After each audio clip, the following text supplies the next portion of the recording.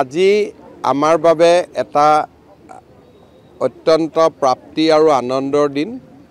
গুৱাহাটী চিৰিয়াখানাখনত বহুদিনে চৰকাৰে বিকাশৰ বাবে কাম কৰিব পৰা নাছিলে।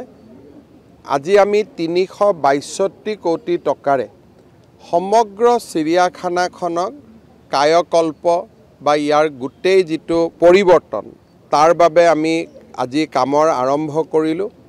চিৰিয়াখানাৰ গছ বা ইয়াৰ ৱাটাৰ যিবিলাক বডিজ আছে সেইবিলাকক বিনষ্ট নকৰাকৈ আৰু বন্য জীৱ জন্তুক এটা সুন্দৰ পৰিৱেশ দিবলৈ এটা প্ৰকল্প আমি প্ৰস্তুত কৰিছিলোঁ।